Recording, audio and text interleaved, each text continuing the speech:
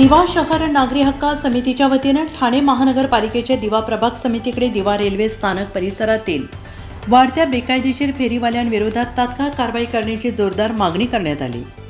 दिवा रेल्वे स्थानकाच्या परिसरात मोठ्या प्रमाणात फेरीवाले रस्ते अडवून बसत असल्यामुळे नागरिकांना ये-जा करण्यास गंभीर अडचणी निर्माण होत आहेत। त्यामुळे सतत वाहतूक कोंडी होत असून आपत्कालीन सेवा, रुग्णवाहिका तसेच सार्वजनिक वाहतुकीला अडथळा निर्माण होतो आहे। स्थानिक प्रशासनाकडे नो हॉकिंग झोन घोषित करण्याचा अधिकार असतानाही दिवा रेल्वे स्थानक आणि परिसरात त्याची प्रभावी अंमलबजावणी होत नसल्याचं दिसून येत आहे। परिणामी नागरिकांच्या सुरक्षेला धोका निर्माण झालेला असून नियमांचे उघड उल्लंघन सुरू आहे।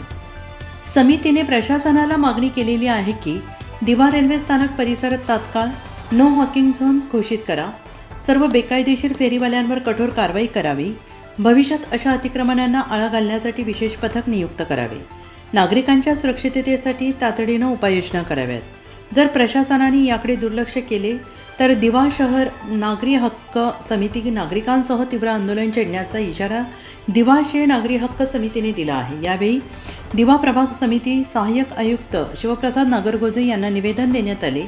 यावेळी समितीचे हिरा पाटील, ॲडव्होकेट रोहिदास मुंडे, सचिन पाटील, विजय भोईर, तुषार पाटील, रोशन भगत, दिलीप भोईर, प्रकाश पाटील आदी उपस्थित होते।